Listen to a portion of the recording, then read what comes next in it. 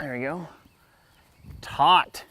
So, we rolled into camp a little bit ago and it is blue skies as far as we can see right now, but we took a look at the radar and we do have a little bit of rain coming in later. We don't know how much, could be a lot. Our tip is always to prepare for a torrential downpour. If it does happen, then you can still have a pretty comfortable experience. So, here are a couple of things that you want to keep in mind if you're setting up a camp for rain. First, obviously, a tarp. So, we have a pretty great tarp here. It's one by Kamek. We didn't have a setup here in camp where we could be directly over the picnic table, but as you can see, if the rain does come in, we still have a spot where we can kind of sit, listen to the rain, have a beer later, and be nice and dry.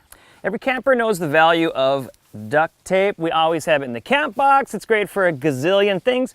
In terms of rain, maybe the tent that you have has a little hole in it that you didn't know about. That's going to save the night. And in terms of your rain gear, maybe you haven't pulled them out in a while, maybe you get a little crack in the jacket somewhere, duct tape her up, you'll be good for the day.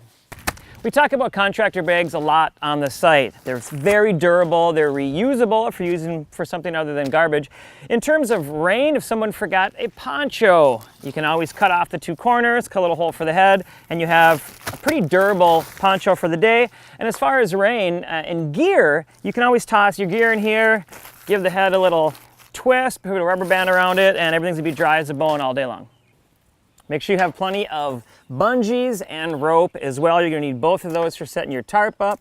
You can use the bungee at the base of the tree. It's kind of how I have it set up, and that's gonna give you a little bit of flex in the wind. I always like to have at least 100 feet of rope for all sorts of things, but especially setting the tarp up.